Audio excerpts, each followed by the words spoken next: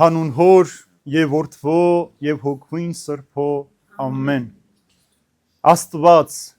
քավիր ինձ մեղավորիս Հասանք մեծ պահքի 5-րդ նավահանգի սիրելիներ որ կոչվում է դատավորի կիրակի Այսօրվա խորհուրդը հարցն էր Հիսուսին թե ինչպես պետք է աղոթել եւ Հիսուս ցույց է տալիս աղոթքի ձևը նախ ինչպես պիտի աղոթես եւ ինչ պիտի աղոթես որ Տերը լսի քեզ եւ բացի քեզ համար այն դռները որ անարդարության պատճառով անիրավ դատավորի պատճառով փակված են մեզ համար Մի քաղաքում մի դատավոր էր ապրում ով չէր ամանչում մարդկանցից չէր վախենում Աստծուց իրեն տրված իշխանություն օգտագործում էր այնպես ինչպես ինքն էր ուզում ում ուզում էր արդարացնում էր ում ուզում մեղադրում էր ինչպես ուզում էր վարվում էր եւ ոչ ոք նրան ոչինչ չէր կարող ասել բայց այդ քաղաքում կար նաեւ մի այրիկին որ անպաշտպան էր ոչ ոք չուներ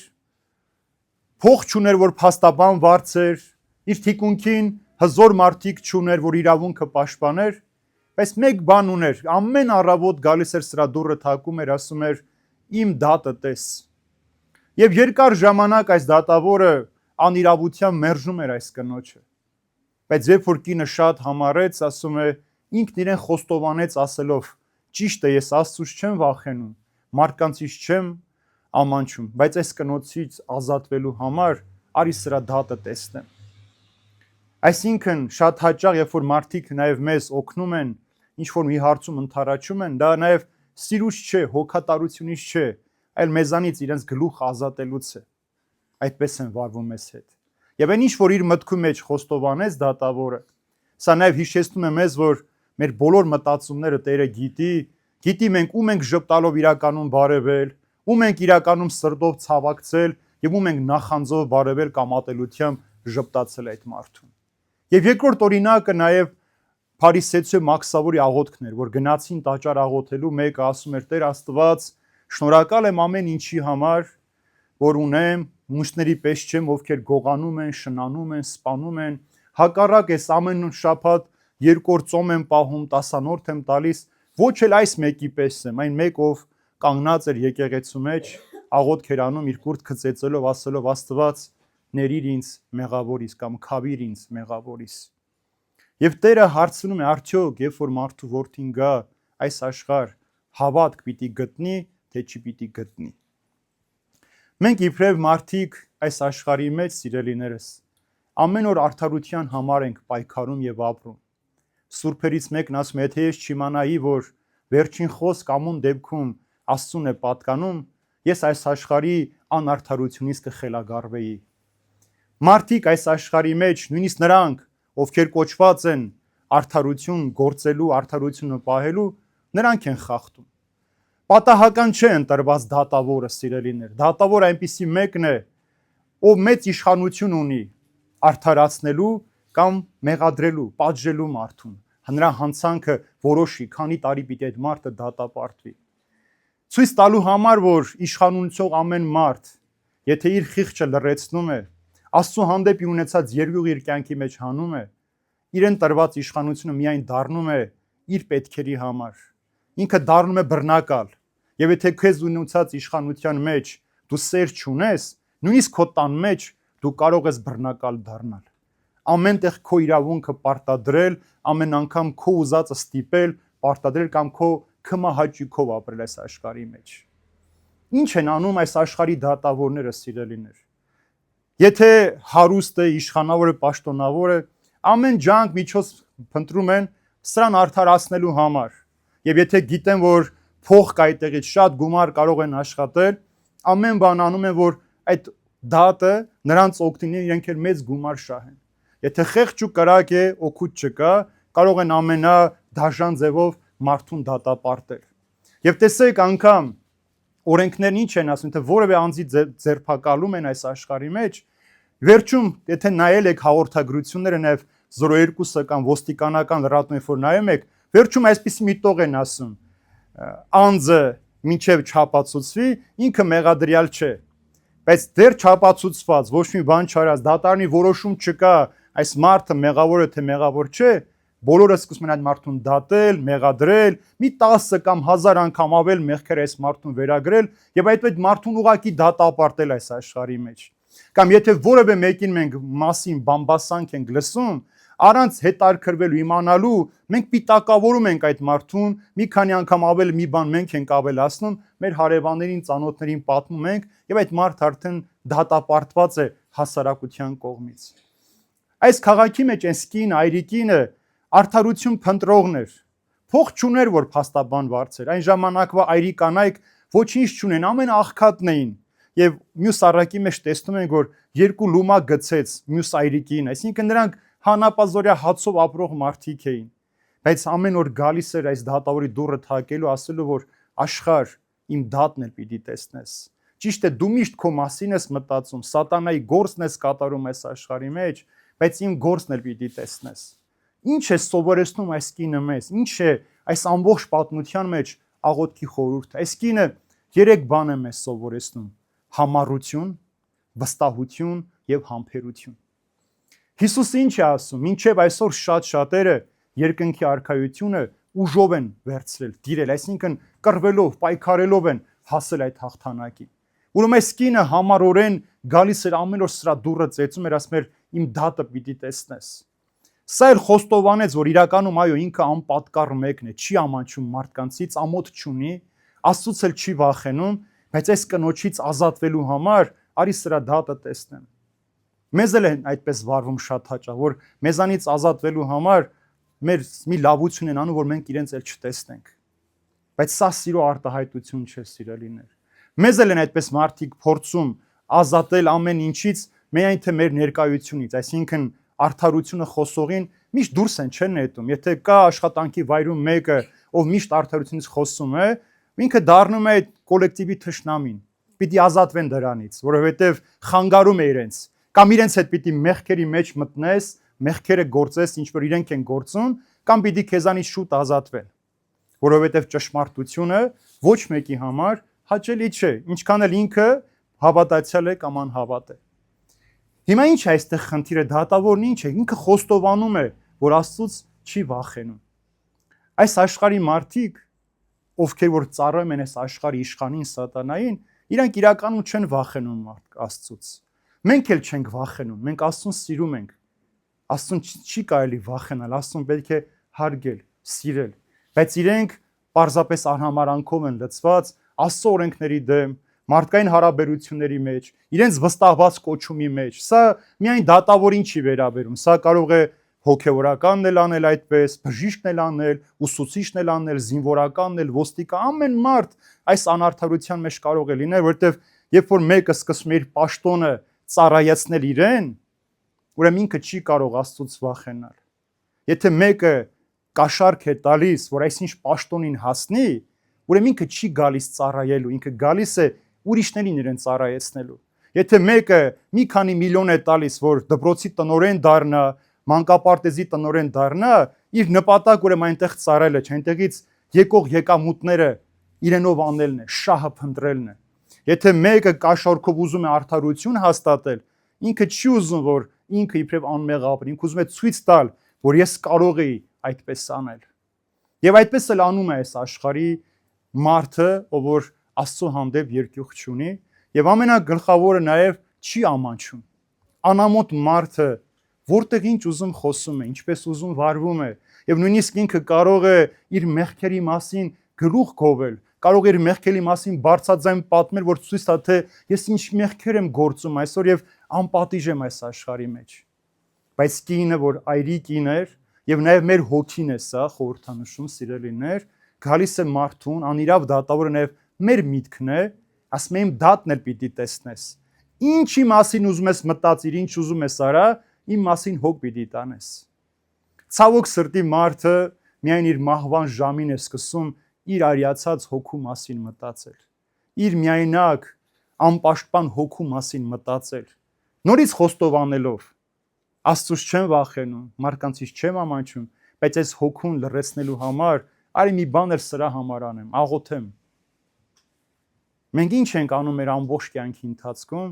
մեր ամբողջ նպատակները ձգտում առավոտյան, երբ որ նույնիսկ արթնանում ենք, նպատակը մեր նյութական վիճակը բարելավելն է, մեր երջանիկ կյանքը այս աշխարհը ապահովելն է։ Շատ քիչ րոպեներ, ժամեր ունենք, որ մենք մեր հոգու փրկության մասին ենք մտածում։ Եվ տեսավ այս կնոջ դատը, ուրեմն համառություն ցուցաբերեց այս կինը, որ հաստատիր արդարությունը։ Մենք մեր իրավունքների մեջ համար չենք, սիրելիներ։ Մեզ երբ որ որևէ բան են ասում, մեզանից ինչ-որ բան են գողանում, մենք երբեմն անտարբեր ենք, նույնիսկ չենք էլ հետաքրքրվում, կամ եթե շատ ունենք, ընդհանրապես պետք չի մեզ, կամ էլ եթե ավելցուկ է տվել, ասում ենք դե տարան, չենք պաշտպանում, մեր համառությունը չենք ցուցաբերում մեր փրկության համար։ Երկրորդ այս կինը համբերատար սպասում էր։ Նա ամեն օր գալիս էր։ Մենք այսօր շատ շուտ ենք հոգնում ամեն ինչից, համբերություն չունենք, բայց համբերություն ունեցողը իր կյանքի մեջ համ ու հոտ է բերում, իր իրավունքն է հաստատում։ Երբ որ դու համբերությամբ սպասում ես Տիրոջը, որ Տերը քո դատը պիտի տեսնի, ասում է իմն է վրեժխնդրությունը, թող ինձ։ Երբ որ Տիրոջը քո համբերությամբ վստահում ես, Տերը քո դատը անպայման տեսնում է։ Ինչքան էլ այդ մարդը անպատկառ լինի, անպայման պիտի անդրադառնա քո դատը տեսնելու։ Եվ երրորդ այս կնոջ ամենակարևոր գլխավոր գործոնը իր հավատքն էր, վստահությունն էր Աստծո հանդեպ։ Եվ Հիսուս շարունակության մեջ ասում է. եթե այս դատավորը զիջեց, ապա դուք ինչպես եք կարծում, ձեր հայրը, որ երկնքում է, ձեր խնդրանքները չպիտի կատարի։ Եվ այս աղոթական կյանքի այս խորհրդի մասին այսօր Հիսուս ձայնեց մեզ եւ շարունակության մեջ էլ ցույց տվեց նաեւ ինչպես պիտի աղոթենք։ Եթե մենք փարիսեցու պես պիտի աղոթենք, ցուցադրական, այսպես մեր ձեռքերը պիտի բարձրացնենք, նախ տեսեք փարիսեցու մեղքը, դրսի մարդկանց մեղադրեց, ասում է ես դրսի մարդկանց պես չեմ, ովքեր գողանում են, սպանում են, շնանում են, ես նրանց պես չեմ, հակառակը ես տասանորդ եմ տալիս, Տերը որ տարվա մեջ 1 օր էր ծոմ խնդրել, որ պահեր, ինքը շաբաթը 2 օր էր պահում, հետո դարձավ եկեղեցու մեջ եղող մարդուն մեղավոր, ոչ էլ սրա պես եմ, այսինքն այս մարդու կյանքի համեմատությունը մեղավոր մարդկանց մեջ էր, եթե ես ինձ էլ համեմատեմ շատ մեղավոր մարդկանց հետ, թմրամոլի հետ, մարմնավաճառի հետ, գուցե ես սուրբ լինեմ, բայց եթե ես ինձ համեմատեմ Գրիգոր Նարեկացու հետ, Հովան Ոսկեբերան Հայրապետի հետ, մյուս սուրբ նահատակների հետ, ես ոչինչ եմ, որովհետև ես հանձն չեմ արել այդ կյանքը ապրելու, ինչպես նրանք են ապրել, ուրեմն մենք ում հետ ենք մեզ համեմատում, մեր սրբությունը մենք ումով ենք չափում, ինչպես ենք չափում, իսկ Մախսավորը, որ գիտեր, որ ինքը մեղավոր էր, գիտեր, որ ինքը իր ժողովրդից հարկ էր հավաքում, տալիս էր հռոմեական կայսրությանը, արանքում էլ ձեռք հետ մի քանի դրամ իր գրպանն էր դնում, նույնիսկ իր աչքերը չբարձրացեց երկինք, հակառակը գլուխը կախ աղոթում էր ասելով. Տեր, ներիր ինձ մեղավորիս, գիտեմ, որ ես մեղավոր եմ, ես արժանի չեմ քո շնորհին, քո ողորմությանը, բայց դու իբրև հայր ներիր ինձ։ Եվ Հիսուս հարցնում է, ով արդարացած գնաց տուն։ Բնականաբար նա, ով գլուխը կախած, իր մեղքերն էր տեսնում։ Երանի այն մարդուն, ով իր մեղքերն է տեսնում, ոչ թե ուրիշների։ Երանի այն մարդուն, ով իր մեղքերն է տեսնում, քան հրեշտակներին։ Որովհետև երբ որ մարդ իր մեղքը չտեսնի, չհասկանա, ինքն իրեն չճանաչի, ինքը երբեք չի կարող ուրիշին գնահատել։ Այն մարդը, ով այս դատավորի պես անպատկառ միտք ունի, նա միշտ ուրիշի լույսը խավար է ներկայացնում, ուրիշի առաքինությունը կեղծավորություն է համարում, իր կեղծիքը, սուտը, արդարություն ու առաքինություն է ներկայացնում, իր խավար կյանքը լույս է ներկայացնում այս աշխարհի մեջ։ Այս անիրավը դատավորն էլ էր այդպես, սիրելիներ։ Եվ դրա համար է այսօրվա խոսքը նաև Պողոս Առաքյալի շներից հեռու մնացեք, այսինքն այն մարդիկ, ովքեր շան պես են ապրում, շան զգացողությամբ են ապրում, հեռու մնացեք այդ մարդկանց։ Քո արդարությամբ, քո մաքրությամբ, սրբությամբ օրինակ պիտի դառնաս յուրաքանչյուր մեկի համար։ Եվ այս մեծ նավարկության մեջ, այս մեծ պահքի ամբողջական այս ճամփորդության մեջ շատ կարևոր խորհուրդ է այս դատավորի։ Տեսեք, արտաքսվեցինք, ընկանք անառակության մեջ, անիրավ տնտեսի պես դարձանք, հիմա ո՞նց պիտի փոխվես, ո՞նց պիտի նոր մարդ դառնաս, եթե դու ինքդ աղոթքով քեզ չմաքրես ու չսրբացնես։ Աղոթքը երկխոսություն է Աստծո հետ, այսինքն երկու մարդու զրույց, մարդը տեսանելի եւ Աստված անտեսան իր ներկայությամբ, որ իր անտեսանելի ներկայությամբ լցնում է այս տաճարը, ինքը ներկայ է այդ երկխոսությանը։ Մենք գալիս ենք, խոսում ենք, ասում ենք, բայց չենք սպասում լսել, թե ում որ խոսում ենք, ինքը ինչ ունի, ինչպես պիտի պատասխանի մեզ։ Այս կինը երկար ժամանակ եկավ դուռը թակեց, բայց համբերությամբ, համառությամբ եւ հավատքով վստահ էր, որ իր հարցի պատասխանը պիտի ստանա եւ ստացավ։ Մենք ինչպես ենք անում, երբ որ ցավ ունենք, խնդիր ունենք, այդ ժամին վազում ենք Աստծո մոտ, ասում ենք Տեր, փրկիր մեզ, մեր միակ հույսը դու ես, մենք միայն քեզ ենք ապավինել։ Ու դուրս են գալիս գնում, չենք հարցնում, սպասում լսենք ինչ ասեց կամ ինչու թույլ տվեց Տերը այդ հիվանդությունը, այդ փորձությունը մեր կյանքի մեջ մտնի, ինչի համար թույլ տվեց։ Մենք շատ հաճախ տեսնում ենք մարդկանց, որ երիտասարդ մահանում են։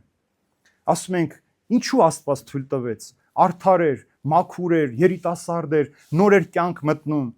բայց հարցրել եք նրա հոգին, միգուցե այդ անիրավ դատավորի պես էր։ Աստծուց չէր վախենում, մարկանցից չէր ամանչում։ Մենք դատաստանի ժամանակ, տեսեք, ասում է Հիսուս, լսեցիք ինչ ասեց անիրավ դատավորը, լսեցիք։ Այսինքն ամեն մեկս գիտենք մեր մտքի մեջ ինչ որ խորում ենք, մենք լսում ենք մեզ։ Մենք լսեցինք, ինչպես դատեցինք, ինչ խորեցինք, ինչ մտածեցինք, այսինքն քո խոսքով պիտի քեզ դատվի։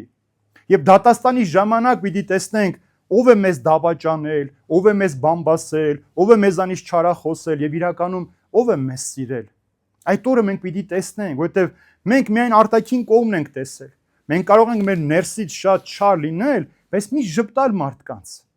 Ուղղակի ցույց տալ, որ մենք լավն ենք, բարի ենք, բայց ներսից ատում ենք մենք այդ մարդուն։ Մենք կարող ենք մարդու հետ ընկերություն անել, բարեկամություն անել, նույնիսկ մարդիկ կարող են ամուսնանալ իրար հետ շահով։ Շահը վերջանում է, ամեն բան քանդված է այդ կյանքի մեջ։ Շահը վերջացավ, դժբախտության դուռը բացվեց մարդու կյանքի մեջ։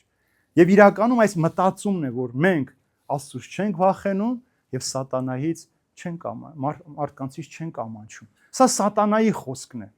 Ինքը չի վախենում Աստծուց եւ չի ամանչում իր արարքների համար։ Եթե մարդն էլ այդպես մտածում, ուրեմն ինքը սատանայի զավակ է,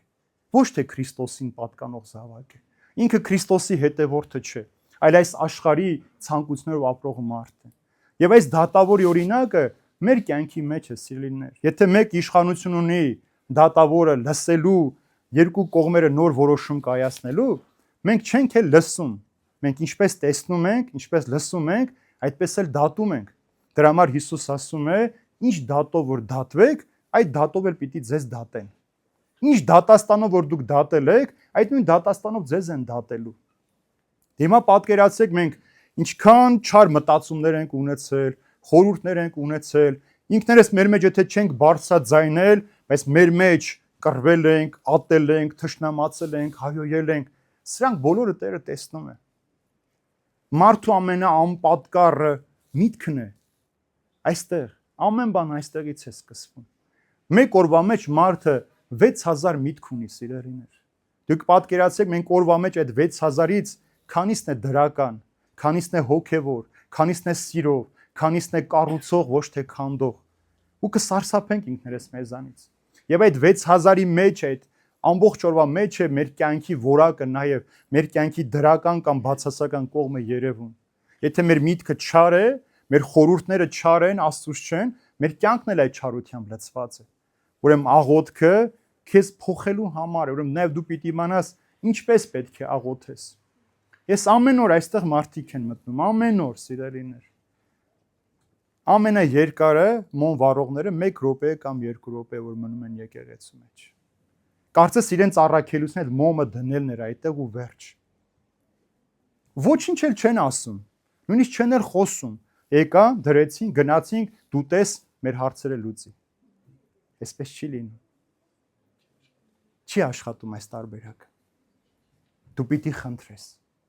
Ինչպես այս կին իր համառությամբ խնդրեց, պահանջեց, համբերությամբ սպասեց իր դատը տեսնելու։ Ուրեմն Աստված նա ուզում է, որ դու իր հետ խոսես։ Դու պատկերացնում եք որևէ մեկին, որ մի բանի կարիք ունենաս, հարևանից օրինակ մի մեշոկ այլուրի պետք ունես, առանց իր դուռը թակելու ինքը պիտի բերի տաքես, պիտի գնաս դուռը թակես, խնդրես։ Պիտի գնաս քո սիրած աղջկա դուռը թակես, ձեռքը խնդրես, որ քեզ հետ ամուսնանա։ Հո ինքը չի զանգելու ասի ինձ հետ ամուսնացի։ Պիտի խնդրես եւ համբերարար սպասես այդ պատասխանին։ Գուցե 100 անգամ գնաս։ Սա պարզ օրինակն եմ ձեզ բերում։ Սիրած տղա եւ աղջկա հարաբերության։ 100 անգամ պիտի գնաս, որ Համոզվի, որ քո զգացմունքների մեջ հաստատ ես, վստահ ես, սիրում ես, որ քեզ դրական պատասխան տա։ Նույնն էլ Տերն է մեզանից պահանջում։ Ուզում է տեսնի մենք մեր խնդրանքի մեջ հաստատ ենք, համառ ենք, որոշումը ճիշտ է,